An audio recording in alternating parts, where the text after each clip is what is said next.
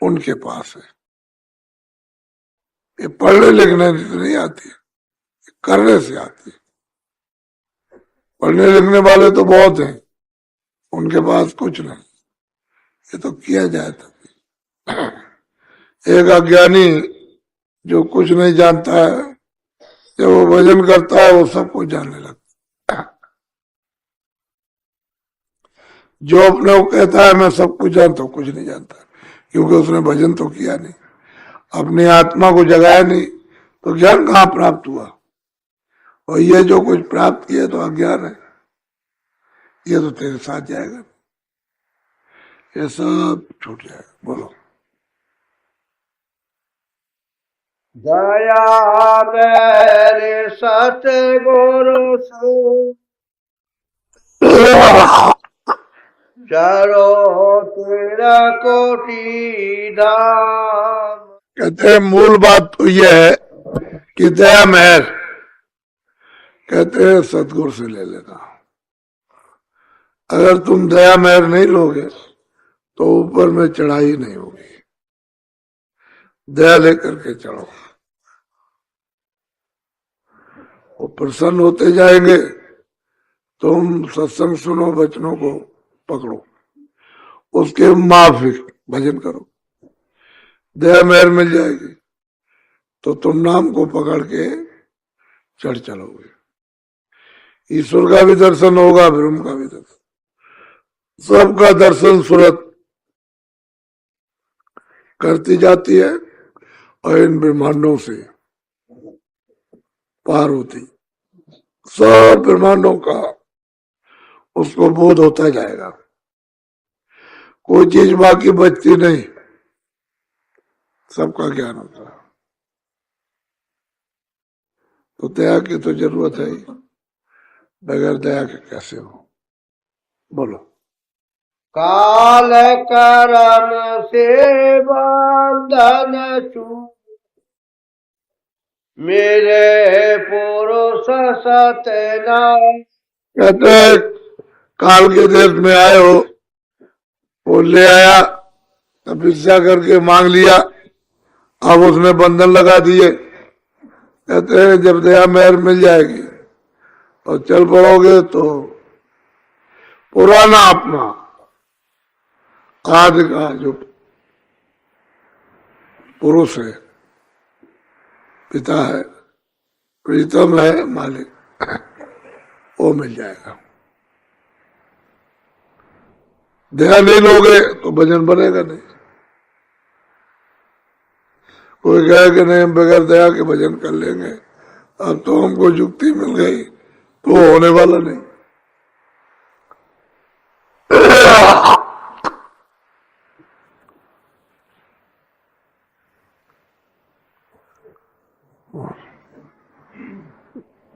सतगुरु संत दया करी आयु धर्य अवतार।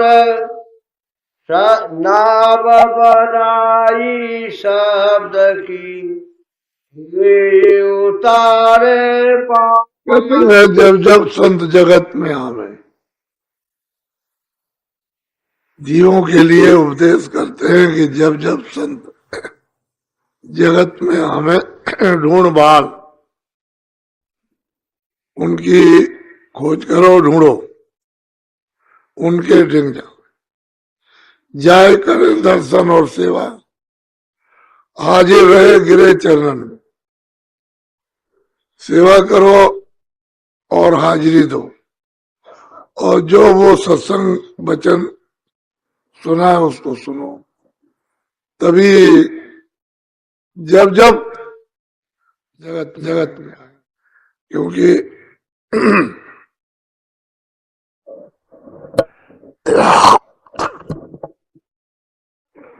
वो सत्पुरुष के भेजे होते हैं,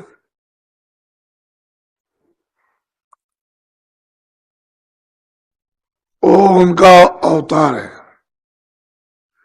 पूरी शक्ति, पूरा ज्ञान, पूरा बोध लेकर के आते हैं। जगत में आए, आपको चाहिए कहीं मिल जाए, जल्दी पहुंच जाए, उनकी खोज कर ले।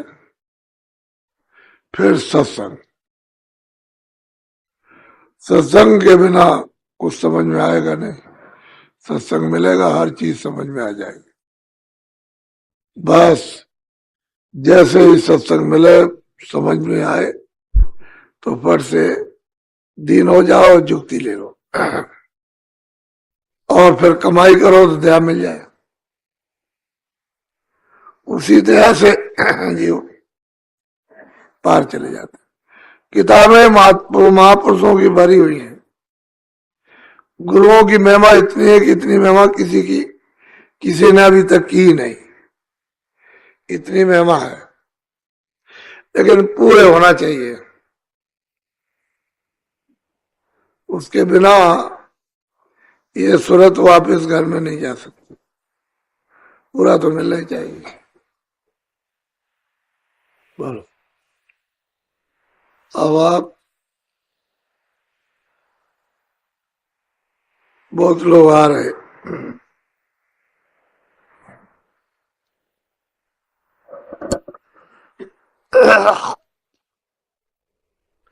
कार्यक्रम 2 सत्संग का 9 तारीख से, लेकिन ये तो बराबर चल रहा है। अब के लोगों को बहुत, जो यहाँ रहे उनको मिला सत्संग,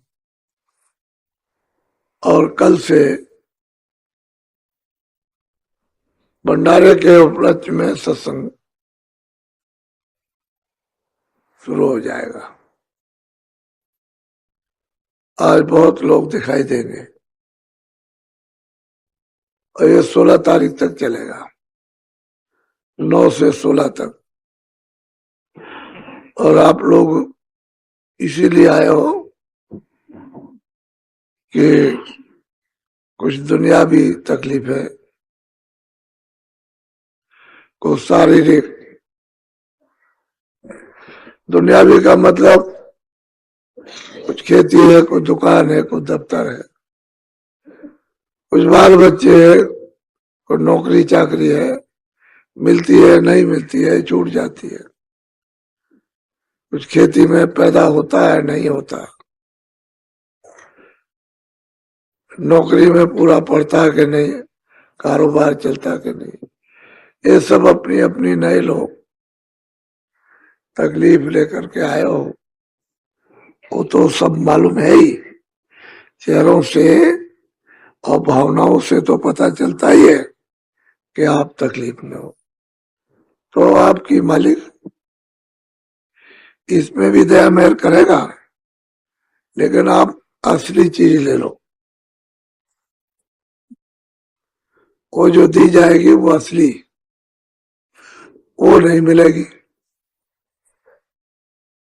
तकलीफ के जमीले तो हर रोज के, आज कुछ कम है कल ज्यादा, क्योंकि तुम्हारी बदपरहेजी से।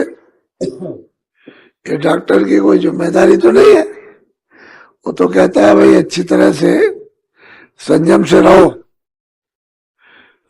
तो दवा भी काम कर जाएगी और तुम ठीक भी चलो, ठीक रहोगे, ठीक चलोगे। और संयम तोड़ दोगे तो दवा भी नहीं काम करेगी और तुम्हारा शरीर भी बेकार हो जाएगा। तो उसकी कोई जिम्मेदारी नहीं है। रोज खाना खाते हो तो तरह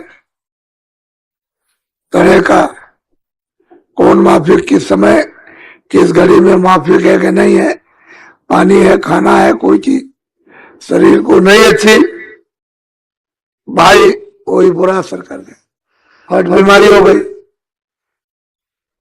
पहले के लोग बड़े शोधित भोजन करते थे और समय से करते थे, और शुद्ध साफ होकर, हाथ धोकर, पैर धोकर, तब वो बैठते थे पंथी मार करके। अब तो खड़े खड़े खा लो, भागते में खाओ, पैर धोने का क्या काम। अब तो कोई उसका नहीं, जैसे जानवर चरता है, मनुष्य होकर के इस तरह से चरने लगे तो बीमारी तो फैली जाएगी। इसमें डॉक्टर और महात्मा क्या करेंगे? अरे तुमने जो तुम्हारे बस की बात थी उसको ही छोड़ दिया। तो ये तो महात्मा का काम नहीं था। तुम ठीक ठाक चलते, तब जाते भाई तकलीफ आ गई तो तुरंत उसका इलाज हो जाता। तो सब आपने बिगाड़ कर दिया। इससे ये तरह तरह की ऐसी ऐसी बीमारियां, अभी बीमारियां आपने क्या देखी? उन बीमारियों का नाम भी नहीं सुना। और अभी डॉक्टरों की डिक्शनरी में भी, उसमें भी नाम नहीं है। ऐसे ऐसे नाम आपके सामने आएंगे कि चकाचौंध हो जाओगे। इसलिए कुछ असली चीज ले लो, अच्छा रहेगा। जय गुरुदेव।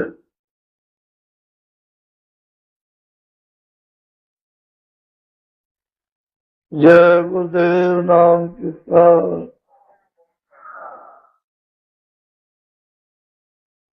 इस जीव का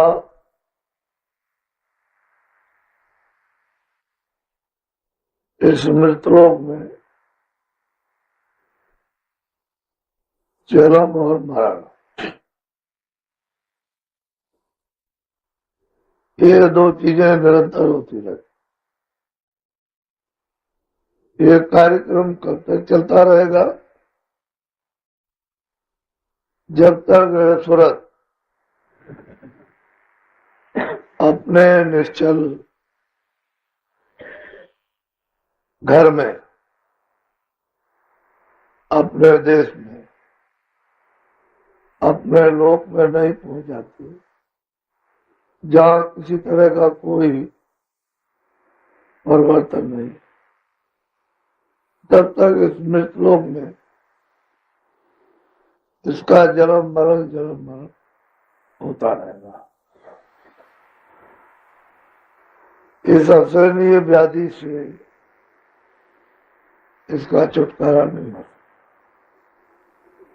आत्माओं ने आकर के जब जब मनुष्य शरीर मिला तो समझाया, देखो ये शरीर ऐसा है जिसमें व्याधि कर सकती है। तो लोगों को बताया अपनी अपनी क्रिया, किसी ने कुछ, किसी ने कुछ, किसी ने कुछ। किसी ने कहा स्वर्ग मिल जाएगा, किसी ने कुछ कहा राज मिल जाएगा, किसी ने धन दौलत। अपनी अपनी क्रियाएं लोगों ने शरीर से की और थोड़ा बहुत मिला तो वहां से भी छोड़ा। मान लो स्वर्ग ही मिल गया तो वो भी छोड़ा। वो भी जगह रहने की नहीं है, कर्म भोग की जगह। तो जो आपने कर्म किया उसका भोग भोग लीजिए। पूरे होने पर फिर मृतलोक में तो बहुत मेहनत की और आपको ये थोड़ा बहुत तो भी तो फिसलने की जगह। तो जहां परिवर्तन नहीं होता, कोई गंदगी नहीं, कोई पाप नहीं, पुण्य नहीं, बुद्धि नहीं, कोई चित्त नहीं, जल नहीं, पृथ्वी नहीं, अग्नि नहीं, वायु नहीं आता,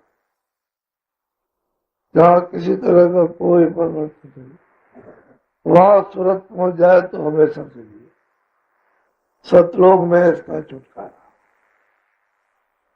न जन्मेगी न मरेगी, कभी नहीं। उसको यहाँ आना ही एक दफे पहुंचने की चीज है। तो जुग जुग के जन्म जन्मांतरों के जो संस्कार पड़े हैं उससे मन सुस्त है, बुद्धि अज्ञान है, कितनी काम इंद्रियां नहीं काम करती। पुराने संस्कार इस जीव को दबाए रहते और ये संस्कारों से उभार जब महात्मा मिलते हैं तो उभार लेते ताकि सोए हुए संस्कार जाए और उनकी चपेट में आकर के वो जैसे गर्मी पाकर तारकोल पिघल जाता है, ऐसे ही महात्माओं के वचन, उनका ज्ञान, उनकी शक्ति गर्मी पाकर पुराने संस्कार पिघलते तब जीव कुछ करेगा, नहीं तो उन्हीं संस्कारों में गोता खाएगा और जो नए बन जाएंगे उसमें उलझ जाएगा। तो इस जीव की गति नहीं हो पाती। जब महात्मा मिलते हैं तब भी स्वस्थ रहता है, तभी कुछ नहीं। तो चाहिए कि जब मिल जाए, रास्ता मिल जाए, तो जैसे भी बने जल्दी अपना काम बनाना चाहिए और पुराने संस्कारों को भजन के साथ साथ और जो क्रियामान कर्म है वो सदगुरु के धो लेना चाहिए और भजन द्वारा उनको दफना देना चाहिए, तब तो जीव जल्दी, नहीं तो बड़ा बहुत इसके लिए इन दिनों में नए नए लोग आ रहे हैं और वो अपनी अपनी ऐसी ऐसी तकलीफ बता रहे हैं जो सुनी भी नहीं गई। ऐसी ऐसी झंझट झगड़े। कहने का ये है कि अब कोई बचने वाला नहीं। राज से जनता से धर्म करो, उनमें सब में झगड़ा हो जाए, सब में आफत मुसीबत बरसने लगे तो राजा रैयत और धर्म और कर्म क्या करें? बहुत तकलीफ। मैं यही बात लोगों से कहता था, हिंसा मत करो। हिंसा दुखदाई है, हत्या अच्छी नहीं होती है। एक दिन यही तुम्हारे लिए सामने खड़ी हो जाएगी तो एक दूसरे बैली बन जाते हैं। पति का स्त्री, स्त्री का पति, पिता का पुत्र, पुत्र का पिता, अड़ोसी पड़ोसी एक दूसरे के बैरी और दुश्मन और हत्यारे बन जाते। हिंसा अति दुखदाई। यह हिंसा तुम पर भी आवे, वही बात आप पर खड़ी हो जाएगी। तो तरह तरह दया जो मूल धर्म था मनुष्य का, वो तो उसने फेंक दिया और हिंसा पर उतारू हो गया। और इस तरह से हिंसा करता है जैसे श्वास चलती, ऐसे हिंसा करा। पशु की, पंछी की, इनकी उनकी दर्द होता है तो चारों तरफ से। तो ये सब पर बरसेगा। तो काल भगवान का नियम है। मृतलोक में जिन्होंने काया दी है जीव जंतु अधिक मनुष्य को, उन्होंने एक नियम बना दिया, उसके मुआफिक मुताबिक अनुसार चलोगे तब तो ठीक है, और नियम की खिलाफत करो, उसके विपरीत छुप करके काम करोगे तो फिर वो सबको कठोर दंड देगा, सजा देगा। इसलिए मनुष्य जीवन